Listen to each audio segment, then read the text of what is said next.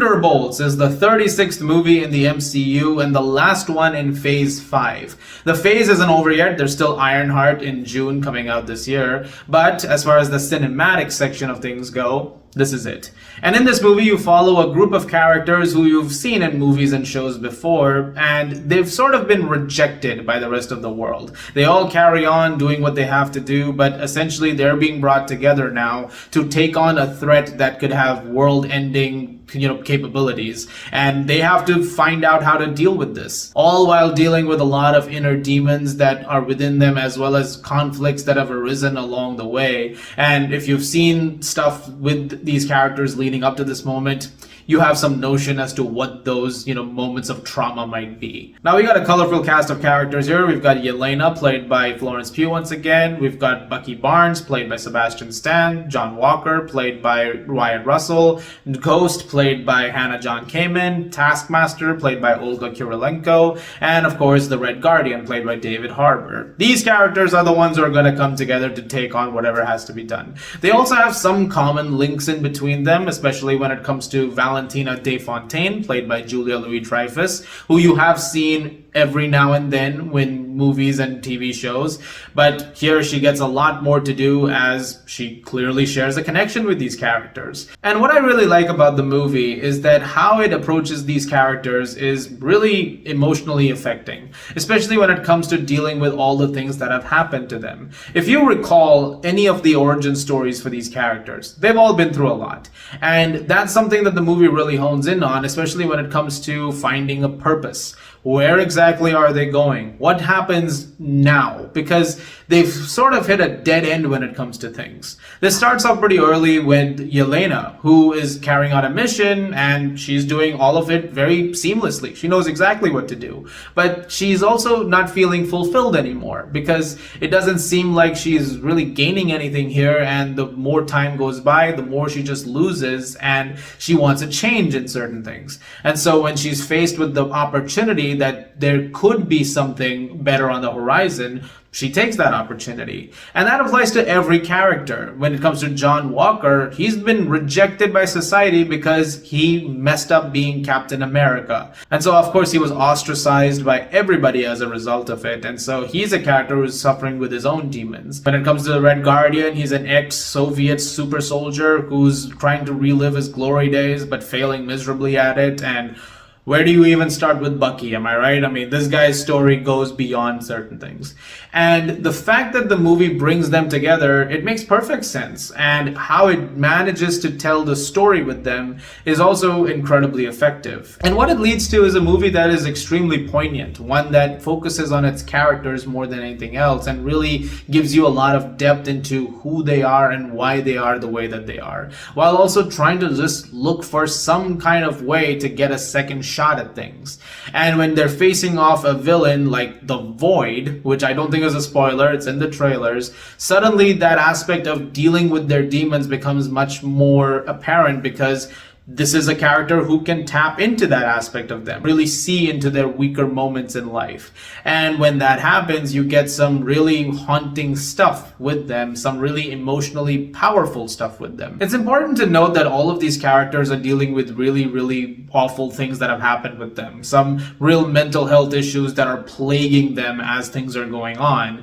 And the way the movie handles all of those things also is incredibly mature, emotionally tear-jerking in some ways too, because there are times where characters are talking to one another and they're telling some stories, and there is this very emotionally sweeping, aspect to it that you will probably be swept away by. Myself, when I was watching this movie, there's one conversation in particular that it got me. It got me. I'm not going to lie to you. And I think that Jake Schreier, the director, as well as the writers, Eric Pearson, Joanna Callow, I think they did a really good job of making that the focus of things. Yes, of course, you get the action sequences, and they are very well done. A lot of it very practical and in camera. There's a very strong emphasis on trying to make this as tangible and real a movie as possible, which felt really nice, because after the avalanche of CGI that we've gotten with a lot of the MCU projects recently, not all terrible by any means, but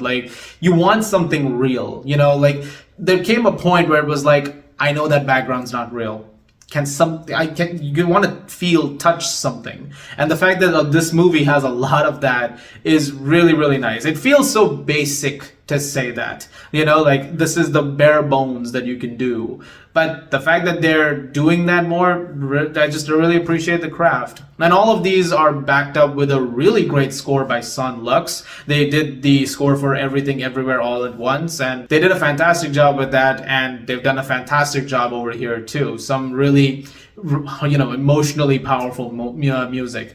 That is something that is very important about this. I keep saying emotionally powerful because as fun the marketing has been, and there's a lot of, like I said, laughs to be had in the movie, the very emotionally poignant moments are what really stick out. And eventually as the movie progresses and they all have to work together, those are the moments that end up mattering the most. And those are the ones that are given a lot more emphasis to, rather than the more, standard MCU fare that you probably come to expect. The cast over here is also really great. Florence Pugh is fantastic in the movie as Yelena. She does another incredible job over here. David Harbour is extremely funny as the Red Guardian. He was really great too. But I think the entire cast was good. Wyatt Russell did a great job, as did Hannah John-Kamen, and Julia Louis-Dreyfus is of course always great. Louis Pullman is very good in the movie. I can't really, I don't want to talk too much about him and what he's doing in it, but he delivered one of the more affecting performances in the movie for me, and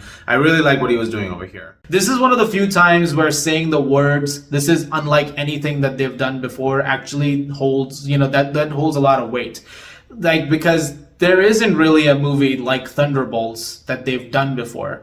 That hasn't really happened. And after watching this, my first thought is I really want them to do more movies like this, because I'm really excited to see how those are going to turn out. And as for the Void, I thought the Void was really cool. I thought they did a really good job with this villain, and I found the Void to be extremely creepy and very horror movie-esque in ways. There's something that's going on with his powers where he's able to turn people into shadows across the streets, and it's extremely unnerving to see some of those visuals. At the time that I'm recording this, Jake Schreier even said that he was sort of inspired to do that by the shadows left by the bomb in Hiroshima, which is a crazy analogy, but I guess that's the comparison. But you can kind of tell, when you see that and you see the movie, that's what they're working with, makes it even more eerie to look at.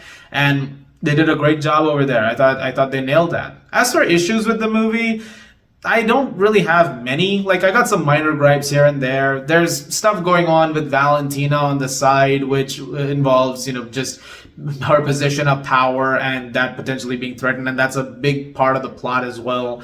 Some things are going on, but that we don't really get much more development into, and I would have probably liked a little bit more of that. There's also some characters within the Thunderbolts who you don't get much more time with, and I would have probably liked a little bit more of that, because some of those characters haven't been really done, much hasn't been done with them in previous movies, so the chance to have a little bit more of that would have been nice. But beyond that, I really don't have too many problems with Thunderbolts. This really, really surprised me. I was very happy with how this movie turned out, and I actually think it's one of the better MCU movies. It's very different than what you're expecting it to be, but at the end of the day, it ends Phase 5's movies section on a very interesting note, setting up a very interesting future in the process, and I can't wait to see that future unfold. And it does explain why the asterisk is there.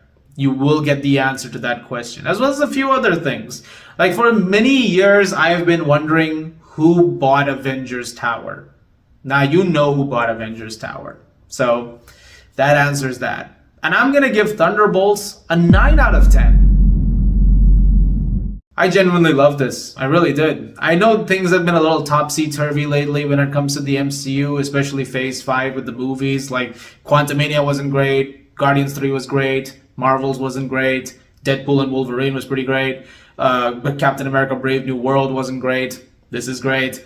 It's been such a case of alternates, but this is the good alternate, so I'll say that.